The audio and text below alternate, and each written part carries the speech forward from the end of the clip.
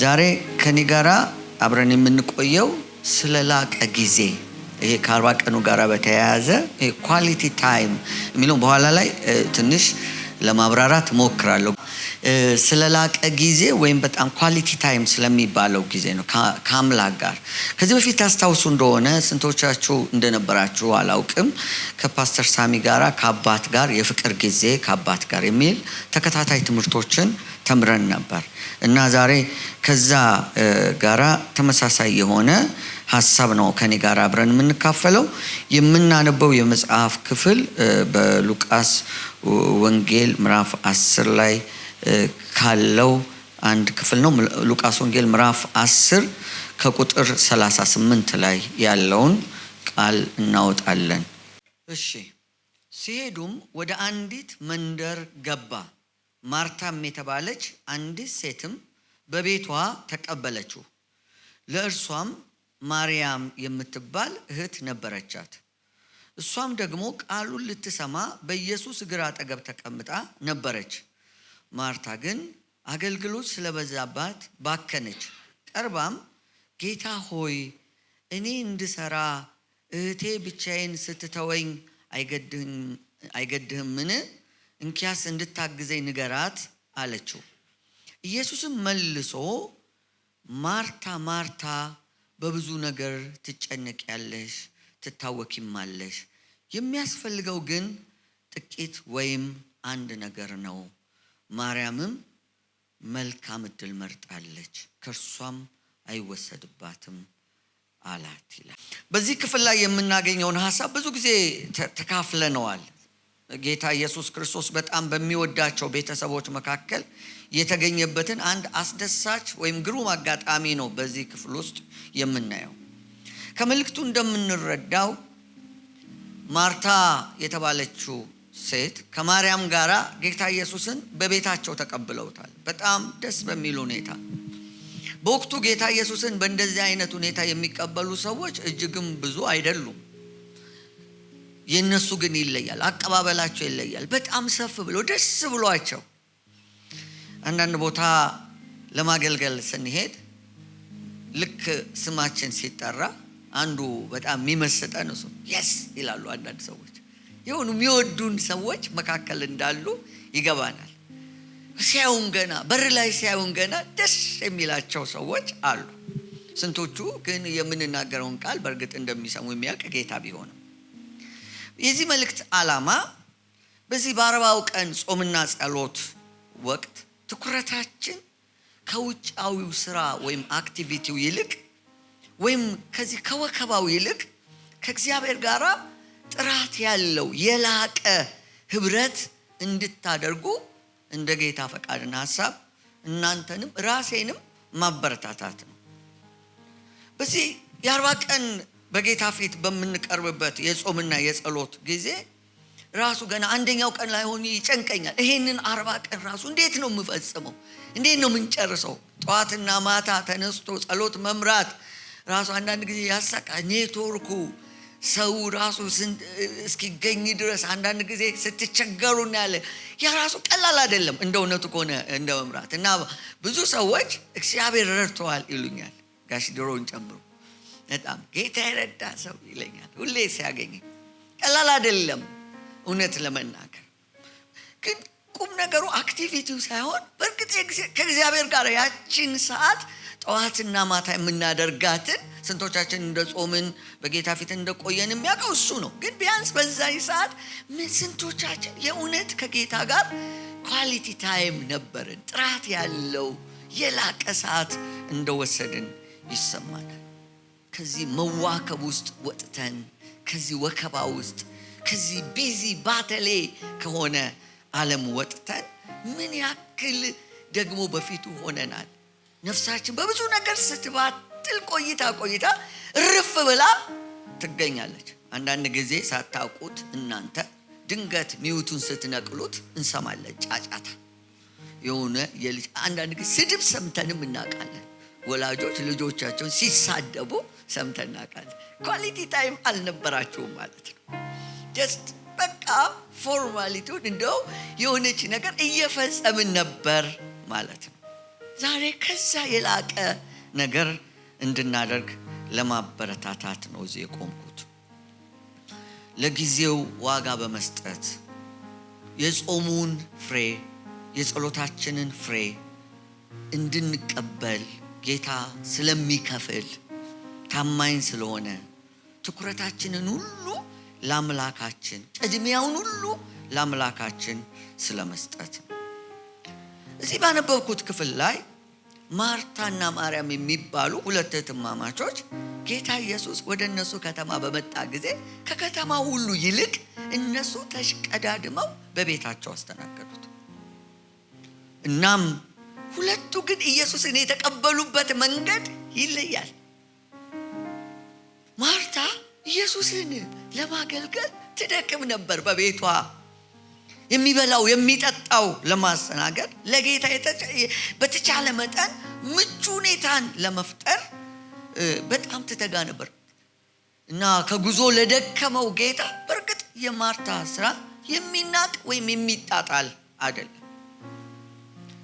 በጣም ትኩረት ሰጥታ ነበር።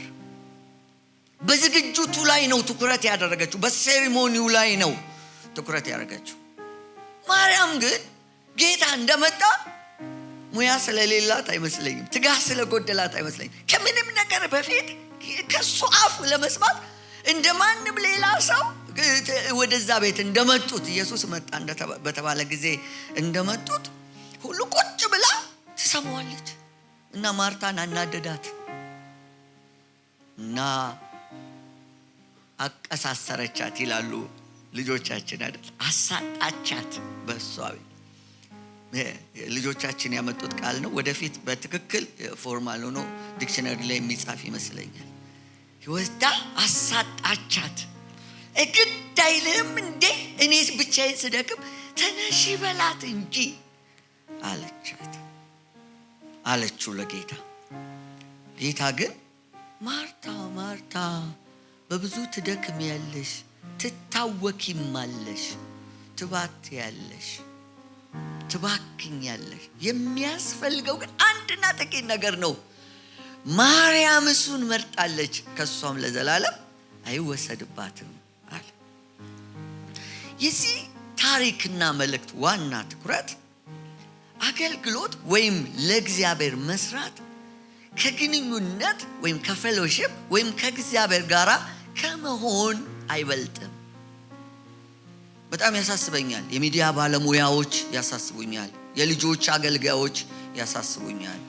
በደንብ ዛሬ እንድትሰሙኝ ይፈልጋል። አንዳንድ ጊዜ የሚዲያ ባለሙያዎች እዚህ ያሉ መካከላችን፣ ዲያቆናት አሉ፣ የልጆች አገልጋዮች አሉ መካከላችን፣ በተለያየ አክቲቪቲ ውስጥ ያሉ ኳየሮች አሉ፣ አገልጋዮች ራሱ አገልጋይ መሆን እዛው ተቀምጠን ራሱ መስማት። አንዳንዴ ትኩረታችን የሚሆነ ዝግጅቱ ላይ ሆነና አብሮነቱን ከጌታ ጋር ፌሎሺፑን ግንኙነቱ ላይ ጥራት ያለው ወይም በጣም የላቀ ወይም ኳሊቲ የሆነ ታይም ከጌታ ጋር እንዳለንና እንደሌለን ሳናረጋግጥ እንወጣለን። ጥራት ያለው ጊዜ ማለት የላቀ ጊዜ ማለት በአካል መገኘት ወይም አካላዊ መኖር ሳይሆን ልብን ከውጭ ረብሻ፣ ውካታ ገድቦ ከጌታ ጋር በህልውና ውስጥ መኖር፣ ራስን ለቃሉና ለመንፈሱ ማስገዛት ነው። ሁለት ዳይሜንሽኖች እንዳሉ፣ አቅጣጫዎች እንዳሉ እናውቃለን። ግንኙነትን በተመለከተ የኛ ድርሻ አለ፣ የእግዚአብሔር ድርሻ አለ። እኛ በጸሎት በቅልብ ልባችንን በመክፈት በፍላጎት በደስታ ለእግዚአብሔር ስንቀርብ እግዚአብሔር በቃሉ በመንፈሱ ድምፁን በመስጠት ያረሰርሰናል፣ ይነካናል። ከዚህ ጋር ተያይዞ ከእግዚአብሔር ጋር ባለን ግንኙነት በጣም ጠቃሚ ሆነ።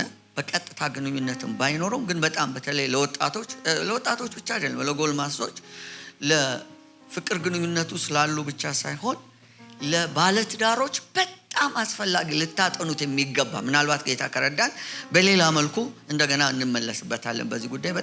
በጣም ላለፉት 10 ዓመታት ያክል ይሆናል ምናልባት 8-9 ዓመታት ይሆናል ይሄንን መጽሐፍ ካገኘሁትና ካየሁት ዶክተር ጌሪ ቻፕማን የሚባል ሰው የጻፈው የቤተ ክርስቲያን መጋቢ ነው የጻፈው መጽሐፍ አለ The 5 Love Languages የሚል መጽሐፍ ነው ካገኛችሁት አንብቡት በጣም ጠቃሚ በተለይ ወጣቶች ቀድማችሁ ብታነቡት በጣም ጠቃሚ ነው 5 የፍቅር ቋንቋዎች የሚል ነው የመጽሐፉ ባለትዳሮች ሆናችሁ እንደምንም ብላችሁ አግኙት ምናልባት ባለፉት ዘመኖቻችሁ ከትዳር አጋሮቻችሁ ጋር ባላችሁ ግንኙነት ያጎደላችኋቸውን አንዳንድ ነገሮች ለማወቅ ይጠቅማችሁ ይሆናል ቀጥሎ መጽሐፉ ስለምን እንደሚያወራ ትንሽ ነገር እናገርና ከመልእክቴ ጋር እንዴት እንደሚያያዝ ላሳያችሁ እሞክራለሁ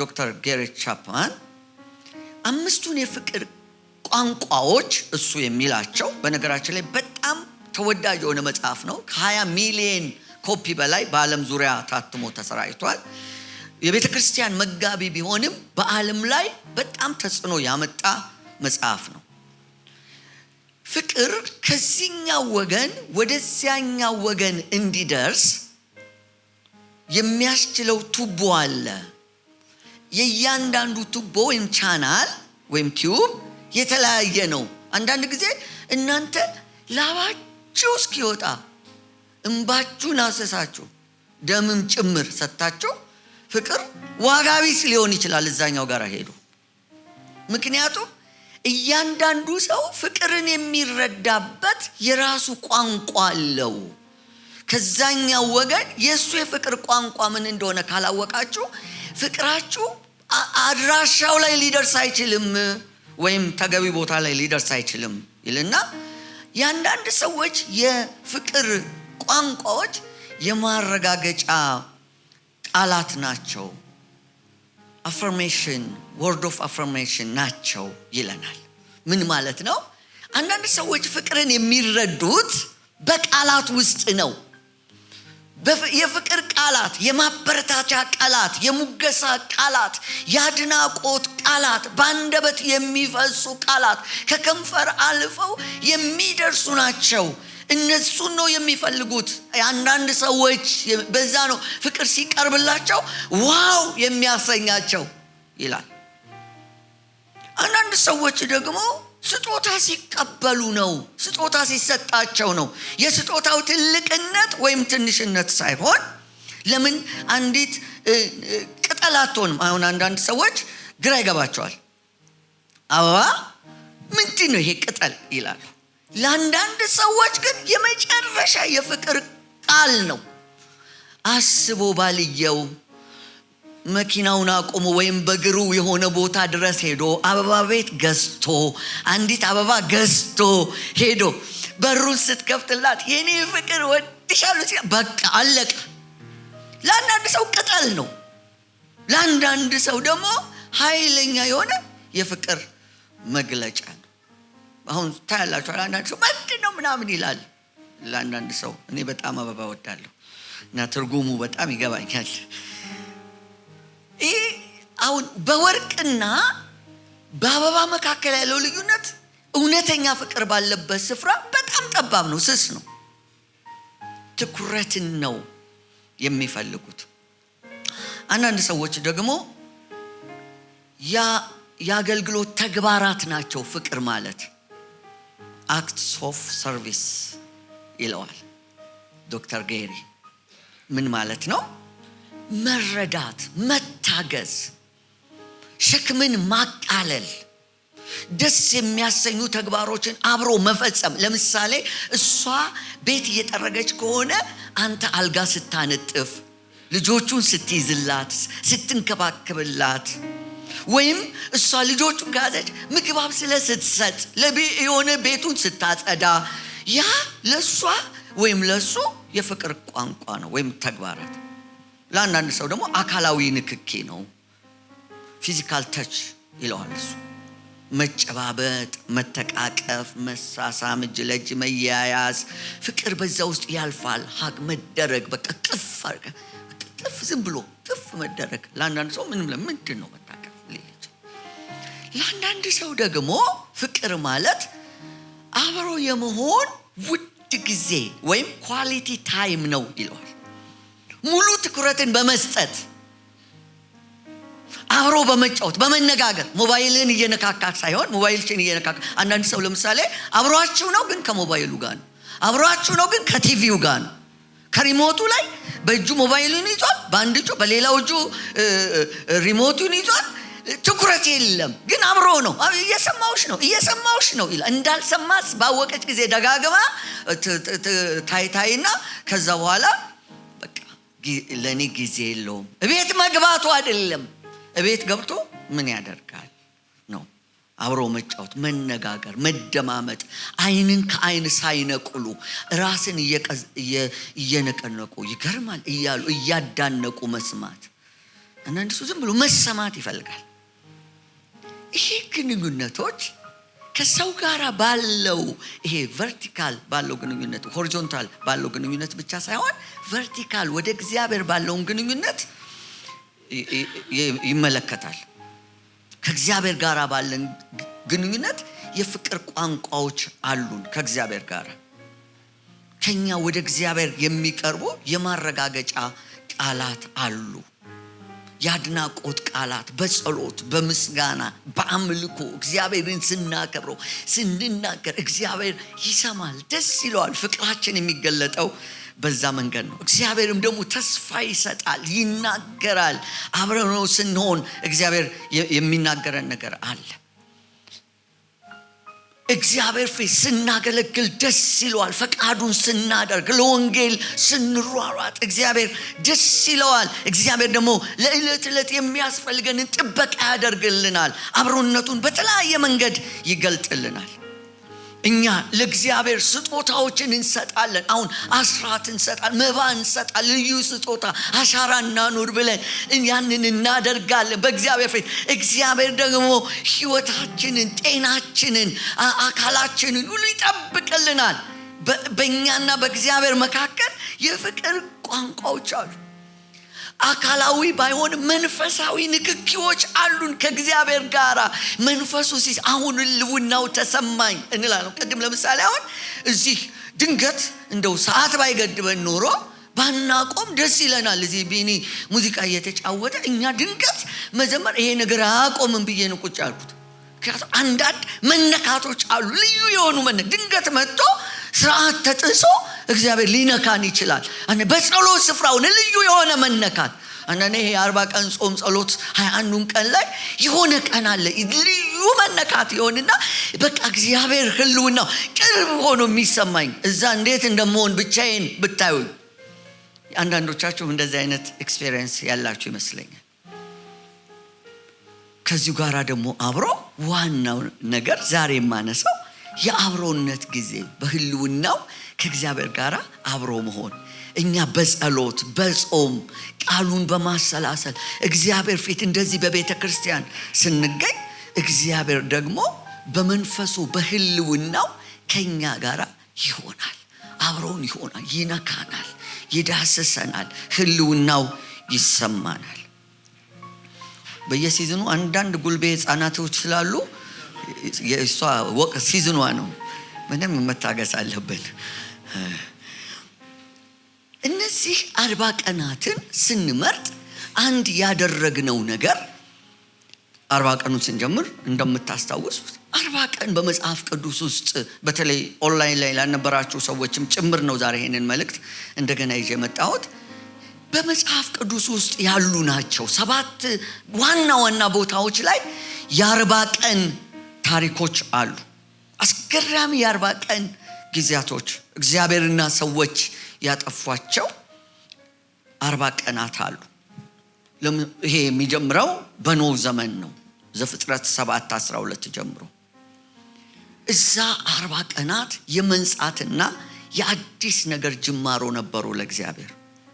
እግዚአብሔር ሲፈልግን አንድ ቤተሰብ ብቻ ነው ያገኘው።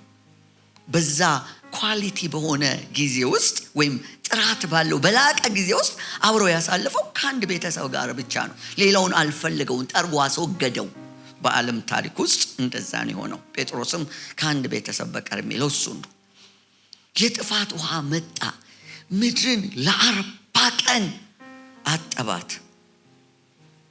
እግዚአብሔር እፎይ አለ። በቃ ይሄን አልፈልግም ብሎ አስወገደ። አንድ ቤተሰብ ግን ከእግዚአብሔር ጋር የተለየ ጊዜ ነበረው። ተጽዕኖ ምንድነው? ምድር በኃጢአት ረክሳ በነበረ ጊዜ እግዚአብሔር በውሃ አጠባት። ከዛ በኋላ ግን ተጸጸተና ከዚህ በኋላ አላደርግም ብሎ ማለ። እነዚህ 40 ቀናት ለኛ ፋይዳቸው ቆም ብለን ቆሻሻ ላያችን ላይ ያለ አውቀንም ይሁን ሳናውቅ፣ በስተትም ይሁን በድፍረት፣ በልማድም ይሁን ድንገት ላያችን ላይ መጥቶ ያገኘ ነው አንዳች ነገር ቢኖር የመታጠብ የንስሐ ራሳችንን የምናይበት ኳሊቲ ታይም እንደሆነ እነዚህን 40 ቀናት ልናስባቸው እንችላለን። ራሳችንን ለእግዚአብሔር ስናቀርብ እግዚአብሔር ያሳየናል። እንዳጣቢው ሳሙና ነው ይላል እሱ፣ እንዳንጥረኛው እሳት ነው ይላል። እላችን ላይ የተጣቡ ምናልባት በቃ የኛ ናቸው ብለን ራሱ ምንም የማንጸጸትባቸውን ነገሮች ቆም ብለን እንዴት ነው ይሄርኩ ያለሁት መንገድ ለመቀየር አቅጣጫ ለመቀየር እድፍን ቆሻሻ ለማስወገድ እነዚህ ጥራት ያላቸውን ቀናት መጠቀም ይገባናል። 40 ቀናት ለምን እንደሆነ አናውቅም፣ ግን እግዚአብሔር ግን በተደጋጋሚ ተጠቅሞበታል። ሌላው ያገኘነው ሰው ሙሴ ነው። ሙሴ 40 ኳሊቲ ቀናት ነበሩት። 40 ጥራት ያላቸው ቀናቶች ከእግዚአብሔር ጋር ነበሩት። በተራራው ላይ ህዝብ አልነበረም። እንደውም የት ሄደ ብለው እነሱ ጥጃ ማምለክ ጀምረዋል። በእነዛ 40 ቀናት ውስጥ ሙሴ ከእግዚአብሔር ጋር ከመሆኑ የተነሳ ፊቱ ያበራ ነበር ይላል። ሰዎች እንኳን ለመቅረብ እስኪፈሩ ድረስ ፊትን ሸፍንልን እስኪሚሉ ወደ እግዚአብሔር እንደዚህ ባሉ ጥራት ባላቸው ቀናት በእግዚአብሔር መገኘቱ ስንሆን እመኑኝ እንደበፊቱ አትሆኑ። የፊታችሁ ቆዳ ይቀየራል። መንፈሳዊን ተጽዕኖአችሁ የተጽዕኖ አድማሳችሁ ከፍ ይላል። ሰሞኑን እግዚአብሔር በሰጠን እነዚህ ዛሬ 10ኛ ቀናችን ነው። በእነዚህ 10 ቀናት እነዚህን ጾም ጸሎቶች ከጀመርን ጀምሮ በቤተ ክርስቲያናችን ውስጥ እየሆነ ያለውን ነገር አስተውል ነበር። ያለፍነውን ወደ ኋላ እየዞርኩኝ እመለከት ነበር። እግዚአብሔር ብዙ ተአምራትን ወደፊት የምንገልጥላችሁ በዚህ ሳምንት እንኳን እግዚአብሔር ያደርገልን ነገር አለ፣ ገናም ያደርግልናል። እና ከእግዚአብሔር ጋር ስንቀርብ ስንጠጋ የሚሆን ነገር አለ። ሙሴ ግን ዝም ብሎ አልወረደም። ለህይወቱ መመሪያ ተቀበለ። እስራኤልን እንዴት እንደሚመራ ልብ ብላችሁ አይታችሁ ከሆነ በአዲስ ኪዳንም ደግሞ ሐዋርያቱ የመጀመሪያውን ዘመን ወንጌል በሰበኩባቸው ግዛቶች አንድ ነገር ደጋግመው ጠቅሰዋል። ያ ምንድነው? ለሙሴ እንዳለው በተራራው ላይ እንዳይሳየው እንደዚያው እንድትሰራ ተጠንቀቅ። በተራራ ላይ ሙሴ ያየው ነገር ነበር። የአገልግሎት መመሪያ፣ ስለ ቤተሰባችሁ መመሪያ፣ ስለ ስራችሁ መመሪያ፣ የእግዚአብሔርን ፈቃድ ለማወቅ እንደነዚህ አይነት ውድ ጊዜዎች አስፈላጊ ናቸው። በሶስተኛ ደረጃ ያገኘነው ታሪክ መጽሐፍ ቅዱስ ላይ የእስራኤል 12 ሰላዮች ከየነገዱ የተውጣጡ ለ40 ቀናት ያደረጉትን የስለላ ተግባር ነው። ዘኍልቍ 13:25 እና ዘኍልቍ 14:34 ዘኍልቍ 13:25 እና ዘኍልቍ 14:34 ላይ ታሪኩን ታገኙታላችሁ። በዚህ ክፍል ውስጥ 12 ሰዎች ከየነገዱ ተወክለው ሄዱና እግዚአብሔር አስቀድሞ ሊወርሱት ያለውን ስፍራ አስቀድሞ አሳያቸው። 12 ሰዎች ናቸው ሄዱት። ከ12ቱ ሲመጡ ግን 10ሩ የሌላውን ህዝብ ልብ የሚያርድ ነገር ነው ይዘመጡት። የተመለከቱት እግዚአብሔር በሰጣቸው ጊዜ ያዩት ምንድነው? የሰዎቹን እርዝመት፣ ቁመታቸው ምን እንደሚያክል፣ ሰይፋቸው ምን እንደሚመስል፣ ከተማቸው እንዴት የተመሸገች እንደሆነች፣ እነሱ ደግሞ በእነሱ ፊት ምን እንደሚያክሉ ይህንን ነው ይዘው የመጡት። 2 ሰዎች ኢያሱና ካሌብ ግን ሲመጡ እይታቸው ሌላ ነው። እነዚህ ቀናት ራእይ የምንቀበልባቸው፣ ልንወርሰው ልንሄደው ያለውን ነገር አይኖቻችን ተከፍቶ የምናይባቸው እንዲሆኑ ይጠበቃል። አይናችን ሲከፈት ልክ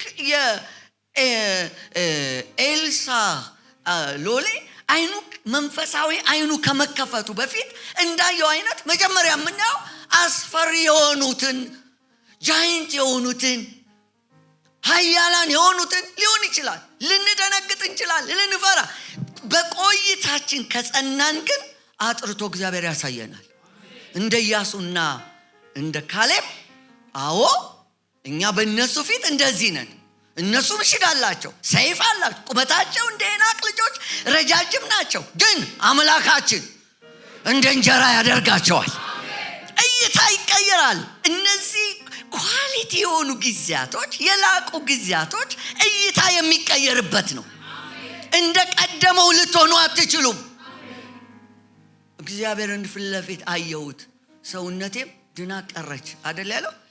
ኃይለኛ የሆነ መለኮታዊ መነካት ይሆናል።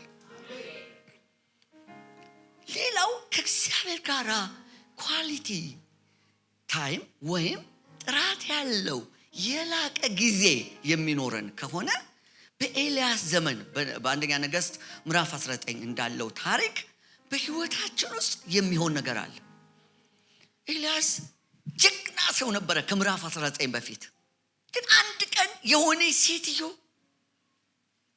ተነስታ አንገትህን ባልቀነጥስህ ራስህ ደግሞ ያደረ እንደሆነ ዛሬ ብላ ስትፎክር ያ ጀግና ሰው ልቡ ወደቀ።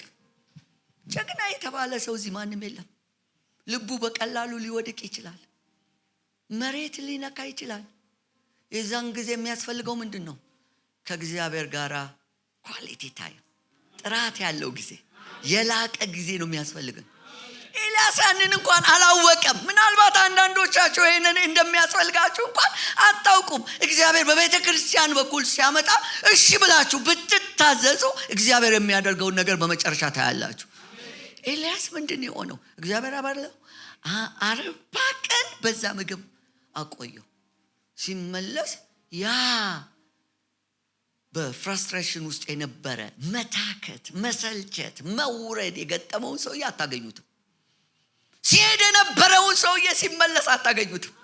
በእርግጠኝነት ከእግዚአብሔር ጋር ኳሊቲ ጊዜ ካላችሁ ስትሄዱ የነበራችሁትን አይነት ስትመለሱ አትሆኑ። እይታችሁ ተቀይሮ ስለ ራሳችሁ ያለው ነገር ተቀይሮ ስለ ኤልዛቤልን የሚፈጠፍጠውን ሰው የሄዶ ሾመ። ያሳደደችው ኤልዛቤል ትፈጠፈጣለች። በቃ ትንቢት ከሱ የላቀ አንዳንዶች ደብል ፖርሽን ቅባት ያለበት ይሉታል። ኤልሳ እሱ ነው የሾመው። ውስጡ ያ ታላቅ ሰውዬ ግን ልቡ ወርዶ ነበር። ልባችሁ ሲወርድ ውጭውን ማየት አይደለም። ተስፋ ቆርጣችሁ የጣላችሁትን መለኪያ የጣላችሁትን እንትን ምንድነው ሲጋራ ማሰብ የለባችሁ። ወይም የሆነ ቦታ ሄዳችሁ ሲዘና ልበል አይባልም። እግዚአብሔር ራሱ እኔ ግርም የሚልኝ አባብላታለሁ ብሎ ምድረ በዳ ነው ወስዳታለሁ የሚለው። እግዚአብሔር የሚያባብለው የሆነ እኛ የምናስበው ቦታ አይደለም። እንደነዚህ አይነት ኳሊቲ ጊዜዎችን መጠቀም አለብን። የነነዌ ሰዎች የ40 ቀን ጊዜያቶች ልብ ማለት ያስፈልጋል። ይሄ በነገራችን ላይ በትርጉሞች መካከል የ40 ቀንና 3 ቀን ነነዌ በ3 ቀን ትገለበጣለች፣ በ40 ቀን ትገለበጣለች። በሁለቱ ትርጉሞች መካከል ልዩነት አለ። እሱ ለምን እንደሆነ ትንሽ ምልከታ ልስጣችሁ ከርዕሴ ውጭ ቢሆንም። ይሄ የሰብቱጃንት ትርጉም እኛ 1954 ትርጉም እኔ አሁን የያዝኩት ትርጉም ላይ ነነዌ በ3 ቀን ትገለበጣለች ነው የሚለው እና ይሄ ከክርስቶስ ልደት 300 ዓመት በፊት የነበረው ትርጉም ላይ ሲተረጉሙት ከዕብራይስጥ ወደ ግሪክ በሚተረጉሙበት ጊዜ ትርጉሙ የትርጉም ስህተት የቃላት አንዳንድ ቃላት ተርጓሚዎቹ ሊሳሳቱ ይችላል እና ሲተረጉሙ ነው 40 ቀንና 3 ቀናት የሚለውን ያሳሳቱት እንጂ ኦሪጂናል የሆነው ትርጉሙ በኋላ ላይ ከዕብራይስጡ በቀጥታ የተተረጎሙ ትርጉሞች ግን 40 ቀን ነው የሚሉት። ይህንን እንድታውቁ። ለምንድን ነው ትርጉም ሰዎች ናቸው የተረጎሙትና በትርጉሞች አሁን ያለው ከየትኛውም ጊዜ ይልቅ በነገራችን ላይ እኛ በጣም ጥራት ያለው ትርጉሞች ያገኘንበት ጊዜ ነው። ለምን? ቴክኖሎጂውም ሁሉም ስለረዳን በጣም እና በዛን ጊዜ ያችን ቃል ገድፈው ነው። ከዚህ የተነሳ ነው 3 ቀን የሚለው እና 40 ቀን ነው ትክክለኛው ትርጉም። እና ዝርዝር ማብራሪያ ከፈለጋችሁ ጠጋ ብላችሁ ማውራት ትችላላችሁ። መሰረታዊውን ጉዳዩ እንደዛ ነው። እግዚአብሔር ለምንድን ነው በ40 ቀን ትገለበጣለች ብሎ ያለው? ነነዌ በ40 ቀን ውስጥ ብሎ ነው ያለው። እነዚህ 40 ቀናት አሁን እንዳልኳችሁ እግዚአብሔር ጠጋ ብለው እንዲያዩት ፈልጓል። በጣም የሚያሳዝነው እኔ ኢሳይያስ 66ን በጣም ልቤ የሚነካ ቃል ነው። ወደዚህ ወደ ትሁት መንፈሱም ወደ ተሰበረ በቃሌም ወደሚንቀጠቀጥ ሰው እመለከታለሁ። አሁን ልጆቻችሁ እንኳን አንዳንድ ጊዜ ቃላችሁን ይለምዱታል። በጣም የሚያናድዳችሁ ነገር ታው ስትሉት ኦሬዲ እንደ ሙዚቃ መደነስ ይጀምራል። ተው ምናምን ማለት ነው። የሚያናድድ ልክ እግዚአብሔር ፊት እንደዛ የምንሆን ነው የሚመስለኝ። ከምናቀው አገልጋይ፣ ከምናቀው ቤተሰብ፣ ከምናቀው ጓደኛ የእስራኤልን ታሪክ እዚህ ጋር እግዚአብሔር መጽሐፍ የታሪክን መጽሐፍ ስለሆነ ተጽፎልናል። እዚህ ጋር ስናይ በተከታታይ ለደቡብ እስራኤልና ለሰሜን እስራኤል ገራሚ እኛ የምንደነቅባቸውን ነቢያቶች ልኮላቸዋል። አልሰማሉት። እግዚአብሔር በእስራኤል በደቡብም ሆነ በሰሜኑ እስራኤል ተሰሚነት አልነበረውም። የዛን ጊዜ በእርግጥ ሁለቱም አንድ ላይ ነበሩ፣ አልተለያዩም። ከ40 ዓመት በኋላ ነው በነገራችን ላይ የዮናስን ትንቢት ሰምተው የተመለሱ ሰዎች ናቸው ሰሜን እስራኤልን ያወደሟቸው፣ ያጠፏቸው። እና ይሄ መልእክት በሚመጣበት ጊዜ ሰሜኑም ሰምቷል፣ ደቡቡም ሰምቷል። ሰማርያም ላይ ኢየሩሳሌም ላይ እነዚህ 2 አገሮች ሰምተዋል። እግዚአብሔር በእነዚሁ ሰዎች ነው ያጠፋቸው። እነዚህ እግዚአብሔር የሚሰጠን ጊዜ ድንግጥ የምንልበት ይሆንልን። እግዚአብሔር ሲናገር ድንግጥ፣ ማንም ይናገር ማንም። እኔ እዛ ጋር ስቀመጥ እዚህ ጋር የቆመው ሰው ማንም ይሁን ምንም አይነት ታሪኩን ልወቅ፣ ምንም እኔን ከኔ ጋር ያለው ግንኙነት ምንም ሊሆን ይችላል። ዛሬ ለመጀመሪያ ጊዜ ላውቀው እችላለሁ። እድሜ ልኬን ያወቅኩት ሊሆን ይችላል። ምናልባት ከጠቀማችሁ እዛ ጋር ስቀመጥ እዚህ ጋር ቆሞ የሚያስተምረውን ሰው እግዚአብሔር የቆመ ያክል ነው ቁጭ ብዬ ለሰማው የምፈልገው። ለምን? ይሄ ቃል ከማንም ይልቅ የተከበረ ነው። ይሄ ቃል እግዚአብሔር ያለ ሰው እኛ በመቆየት ብዛት የነነዌ ሰዎች 40 ቀን ሲሰጣቸው እንደ እስራኤላውያን ጊዜ የሚፈጇል። ወዲያው ምላሽ 3 ቀን የምትለዋ ሌላ ያመጣችባት ምክንያት 2 ጊዜ 3 ቀን ተጠቅሷል። ዮናስ እዛ 3 ቀን ቆይቷል። አንዱ የተጠቀሰበት ምክንያት እና በአሳ ነባሪ ሆድ ውስጥ የተቀመጠው እሱንም በመጥቀስ ይሄ የተጠቀሰውን ጊዜ እና አንዳንዶች ደግሞ በተለይ በኢትዮጵያ ኦርቶዶክስ ተዋሕዶ ቤተክርስቲያን የነነዌ ጸሎት ብሎ 3 ቀን ጾም አለ። ያ ጭንቅላታችን ውስጥ ስላለ ነው። ሌላው የጌታ የኢየሱስ ክርስቶስ የ40 ቀን ቆይታ ነው። ጌታ ኢየሱስ አገልግሎት ከመጀመሩ በፊት ኳሊቲ የሆኑ 40 ቀናት ለራሱ ወሰደ። ይሄ በተለይ በአገልግሎት ውስጥ ላለን ሰዎች፣ አገልግሎት ለምንጀምር ሰዎች፣ አገልግሎት አገልግለን የሆነ ዘመን ለደረሰን ሰዎች በጣም ጥሩ የሆነ ማንቂያ ነው። ጌታ ምን አረገ? ሊፈተን ወደ ምድረ በዳ ለ40 ቀን በጾም ሄደ። እነዛ ጊዜያቶች የተፈተንባቸው ጊዜያቶች ናቸው። አገልግሎት ፈተና ከመድረክ አይደለም የሚጀምረው፣ ከጓዳ ነው። በጓዳ የተፈተነ ሰው በአደባባይ ሲቆም ፈተናን ማለፍ ይችላል። ቆም ብዬ አገልግሎት የጀመሩ አንዳንድ ነገር የተሳካላቸው የሚመስሉ በኋላ ላይ ደግሞ ውድቀታቸው ያሳሰበኝን ሰዎች ታሪክ ለማጥናት ስሞክር ብዙዎቹ የጓዳ ወይም ኳሊቲ ታይም አልነበራቸው። ጥራት ያለው ጊዜ ከጌታ ጋር አልነበራቸው። አንዳንድ ጊዜ አገልጋዮችን አንዳንዶቻችሁ ታውቃላችሁ፣ ዘማሪዎችን፣ አገልጋዮችን እንታዘባለን። ከሳምንት ሳምንት ማኪያቶ ቤት ናቸው። ትላልቅ ሆቴሎች ውስጥ እኛ ነን የምንገኘው። ይህን ስል እየደነገጣ እንደ ጥሩ ምሳሌ እንዳትወስዱን ብዬ ነው ይሄ የምነግራችሁ። መቼ ነው ከጌታ ጋር ጊዜ የሚኖረን? አንድ ሰው አንድ ትልቅ ሆቴል ቀጠሩኛል።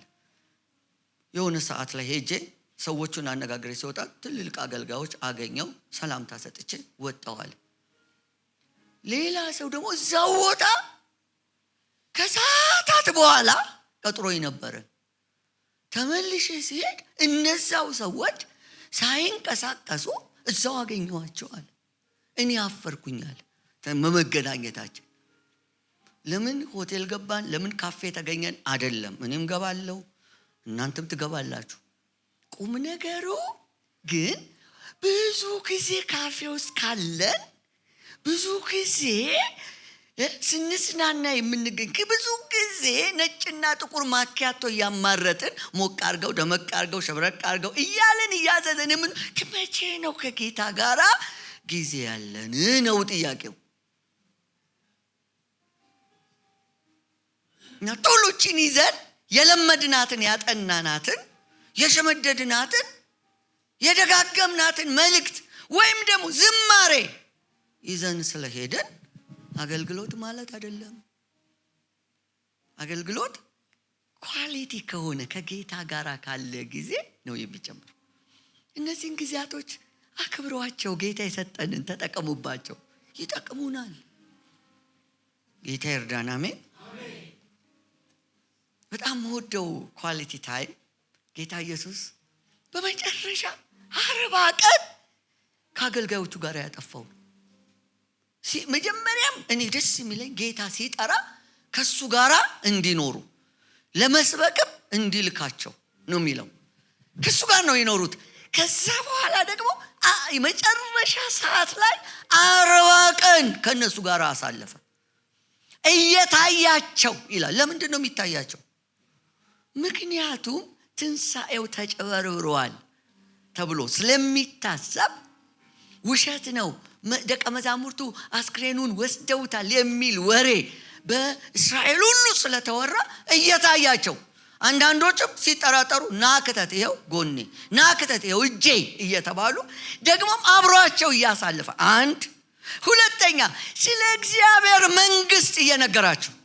ከዛ በኋላ የደቀ መዛሙርቱ የኔና የናንተ ወሬ መሆን ያለበት ሁልጊዜ ምን እንደሆነ ሲያሳስብ፣ ወሬያችን ምንድነው? የእግዚአብሔር መንግስት። እኛውን ስንት መንግስት አለን እኮ የመሰረት ነው፣ የራሳችን የሆነ ቴሪቶሪ እንደዚህ ያበጀ ነው። እሱ ሲገባን ያወራቸው ስለ እግዚአብሔር መንግስት ነው። ሶስተኛ ስለ እግዚአብሔር መንፈስ። ያንን ለማውራት ነው ጊዜ ወሰደው። ወገኖች ሆይ እነዚህን 40 ቀናት ከጌታ ጋር ኳሊቲ በሆነ ጥራት ባለው በላቀ በበቃ መንገድ እንጠቀምበት። በግላችን እንጠቀም፣ እንደ ቤተ ክርስቲያን እንጠቀም። እኔ አንዳንዴ ጽናናለሁ። ኃይል ታናሽ ቢሆን የሚለው የፊላዴልፊያ መጽሐፍ ምን ይሄንን ያለንን ትንሽነት አትዩ። እግዚአብሔር በዚህ ውስጥ ምን ፈንጂ እንዳስቀመጠ አናውቅም። ከሱ ጋር ጥራት ያለው ጊዜ ካሳለፈን እመኑኝ በሚቀጥሉት አመታት ታሪክና ትውልድ የማይረሳው ነገር ሰርተን ማለፍ እንችላለን። ትናንትና ማታ የሚሽነሪዎችን ታሪክ ሳካፍል የነበራችሁ እስቲ እጃችሁን አሳዩ። ጌታ ይባርካችሁ። አልከረማችሁ? ይህ ሁሉ የሚሽነሪዎች ተግባር ኢትዮጵያ ውስጥ በጣም ጥቂት ነበሩ፣ የሰሩት ግን ብዙ ነው። በጸሎት ላይ ሰምታችሁ ከሆነ ጌታ ለዛ ያብቃል።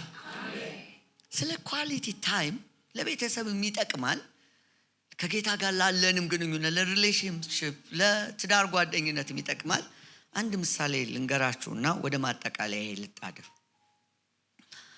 አንድ ባል ድንገት ተነስቶ ከሚስቱ ውጪ ሌላ ሴት ወደደ። እና መፋታት አለብን አላት። ብትለው ብትሰራው ብታባብለው ብታስመክረው ሊሰማት አልቻለም። በመጨረሻ ሚስቱ ምንም ካንተ አልፈልግም፣ ለ30 ቀን ብቻ በየቀኑ ካልጋዬ የመጀመሪያ ቀን የሃኒሙናችን ቀን እንዳደረከው ካልጋዬ ተሸክመህ እስከ በሩ ድረስ ትወስደኛለህ አለችው። ምንም ያን ያክል ከባድ ስላልሆነ እሺ አላት። ምክንያቱም በ30 ቀናት ውስጥ ያለ ሙግት እንደኛ ሀገር አይደለም፣ ብዙ ገንዘብና ውጣ ውረድ አለው ለፍቺ ካልተስማሙ። ከተስማሙ ቀላል። ስለዚህ እሺ አላት።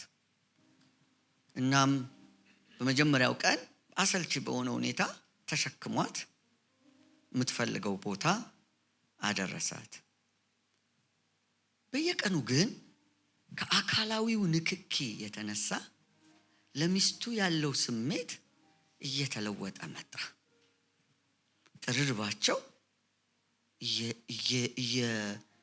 ሐሳቡን እየፈታተነው ጀመር። በ30 ቀኑ ኩሌታ መካከል ሚስቱ ምን ያክል እንደከሳች አስተዋለ። ለካስ ሚስቱ በካንሰር ህመም እየተሰቃየች ኖሯል። ነገር ግን አካላዊ ንክኪው፣ አብሮነቱ ያንን ኳሊቲ ታይም ስለመለሰለት እየወደዳት 30ኛው ቀን ሲደርስ ለመፍታት ሲሆን ጨርሶ ሐሳቡን ቀይሮ ነበር። እሷን አስቀመጠና ተንደርድሮ ሄዶ ያችን ሊያገባት የነበረችውን ወጣትና ቆንጆ ሴት አልፈልግም፣ እኔ ሚስቴን ነው የምወደው፣ አየሁት ራሴን አላት። ወደ ቤት ሲመለስ ግን ሚስቱ በህይወት አልነበረችም። ምክንያቱም ያንን እንዲያደርግ የጠየቀችው የቀራት 30 ቀን ብቻ እንደሆነ ስላወቀችና ከዛ በኋላ ደግሞ በህይወት የሚቆየው ልጇ አባቱ እናቱን እንደበደለ አድርጎ እንዲያስብ ስለማትፈልግ ምን ያህል ይዋደዱ እንደነበረ ለመጨረሻ ለልጁ ቆንጆ ትዝታ ለመስጠት አስባ ነው። ያ ሰው በጸጸት ተንገበገበ፣ ግን መልሶ ሊያገኘው አልቻለም። ወገኖች ሆይ እግዚአብሔር ጊዜና አብረን የምንሆንበትን ሰዓት ሰጥቶናል። ስንት ጊዜ አብረን እንደምንሆን አናውቅም። ቲጂዬ መካከላችን አለችና ፋኒም አለች፣ ምህረቴም አለች። ምህረት አሌክስ የመጨረሻ የዘምዬ ሰዓታት ላይ ነበሩ እና ቲጂ በእውነት ሰው ካልሞተና ካልሄደ አይባልም። እኔ በእናንተ ፊት ደጋግሜ አመስግኛታለሁ። በዘመኔ ሁሉ ብዙ ቦታ አይቻለሁ፣ እንደሱ አይነት ሚስት አላየሁም። አንዴ ታጫጭበጭቡላትም ለቲጂ ጌታ ይባል። የመጨረሻ ምርጥ ሚስት ነች ቲጂ። እና ግን በጣም አስደናቂው ተአምር በመጨረሻዎቹ ደቂቃ ላይ የሆኑትን ነው። ፋኒ እዚህ ምስክር አለች። የተጋነነ አይደለም። እንደው ምህረትን ላኳት። ሰውነቱ እንደሞቀ ፊቱ አምሮበት ወዘናው እንዳለን ወደ ጌታው ሄደውና ቲጂ ልክ ኦክሲጅኑ ዜሮ የሚሆነው የልብ ምቱ ሲጠፋላት ልክ እሱ ሲሆን ዘምዬ ወዳለሁ ኑርልኝ ስትለው እንደዚህ ባንዴ 80 ላይ ሄዶ ይቀመጣል። ይሄ የእውነት የተረጋገጠ 3 ሰዎች ከቲጂ ውጪ ያረጋገጡት እውነት ነው የምነግራችሁ። ቅድም የፍቅር ቃላት ብያችሁ የለ ምን ያክል አቅም እንዳላችሁ። አብረን በምንኖርበት ጊዜ አትቆጥቡ፣ ለልጆቻችሁ አትቆጥቡ፣ ለትዳር ጓደኞቻችሁ አትቆጥቡ። የህልውናቸው የመኖራቸው የእድሜ መቀጠያቸው ምክንያት ይሆን እንደሆን ምን ታውቃላችሁ? ከምንም በላይ ግን የኛ ነፍስ የምትቀጠለውና ተጽናንተን በፊቱ የምንቆመው ከሱ ጋር ባለን ጥራት ባላቸው ጊዜያት ጌታ ያንን ይስጠን። ሃሌሉያ።